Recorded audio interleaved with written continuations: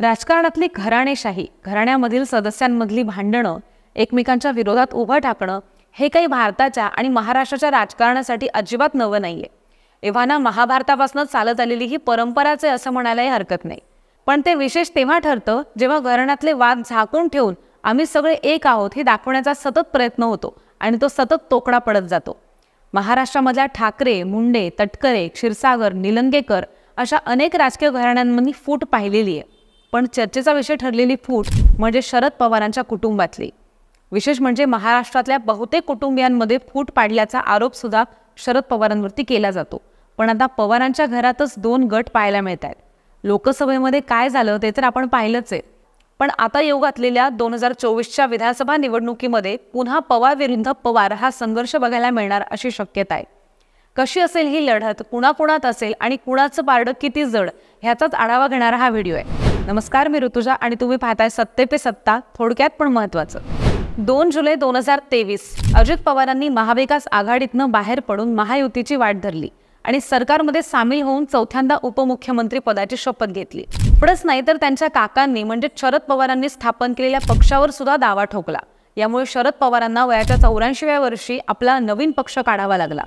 त्यानंतर लोकसभा निवडणुका लागल्या आणि त्यात शरद पवारांनी उभा केलेल्या पक्षाला घवघवीत यश मिळालं आणि अजित पवारांचा दारुण पराभव झाला. शरद पवारांना 10 पैकी 8 जागा मिळाल्या तर अजित पवारांना 4 पैकी 1 जागेवरच समाधान मानावं लागलं.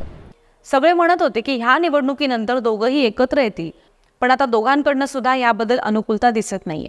त्यात आता त्यांचं राजकीय वैर संपेल अशाही चर्चा होत्या. पण एकदा वैर घेतल्यानंतर पंगा घेणार नाही ते पवार कुठले? दोघांसाठीही प्रतिष्ठित समजली जाणारी बारामती लोकसभेची जागा सुप्रिया सुळेंनी जिंकली आणि शरद पवारांना बळ मिळालं. त्यांना शह देण्यासाठी अजित पवारांनी त्यांच्या पत्नी म्हणजेच सुनेत्रा पवारांना राज्यसभेवर पाठवलं आणि बारामतीमध्ये आपला दबदबा राखण्याचा प्रयत्न केला. 2019च्या लोकसभेत सुद्धा शरद पवारांची इच्छा नसताना पार्थ पवारांना मावळ लोकसभेचं तिकीट दिल्या गेल्याची चर्चा होती. त्यामुळे पवार विरुद्ध पवार हा संघर्ष आजचा नाहीये हे नक्की. पवारांची तरुण पिढी गेल्या 5 वर्षांपासून चांगलीच सक्रिय आहे. आमदार रोहित पवार, अजित पवारांचे 2 चिरंजीव पार्थ आणि जय हे प्रचारात, मेळाव्यात कायम दिसलेत. ह्या निवडणुकीमध्ये तर अजित पवारांचा पुतण्या युगेंद्र पवार आणि सुप्रिया सुळेंची मुलगी रेवती हे सुद्धा सक्रिय झाले. त्यात आता पुन्हा महाराष्ट्राची विधानसभा आणि पुन्हा एकदा पवार विरुद्ध पवार ही लढत असेल. आतापर्यंत आपण शरद पवार आणि अजित पवार, बाळासाहेब ठाकरे आणि राज ठाकरे, गोपीनाथ मुंडे आणि धनंजय मुंडे, संदीप क्षीरसागर आणि जयदत्त क्षीरसागर ह्या काका पुतण्यांचा संघर्ष पाहिलेला आहे. यंदाच्या विधानसभेमध्ये बारामतीमध्ये पुन्हा काका विरुद्ध पुतण्या असा संघर्ष पाहायला मिळू शकतो. अजित पवारांचे पुतणे युगेंद्र पवार यांना बारामतीमधनं उमेदवारी देण्यात यावी अशी मागणी त्यांच्या कार्यकर्त्यांनी शरद पवारांकडे केली आहे.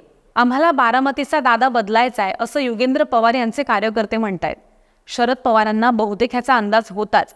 त्यामुळेच युगेंद्र पवारांवर बारामती कुस्तीगीर संघाचं अध्यक्षपद आणि विद्या प्रतिष्ठानचं खजिनदार अशी जबाबदारी सोपवली होती. यावरूनच कळतं की वातावरणाचा अंदाज घेणाऱ्या शरद पवारांनी खूप आधीच बारामती विधानसभा मतदारसंघात मोर्चे बांधणी सुरू केलेली होती.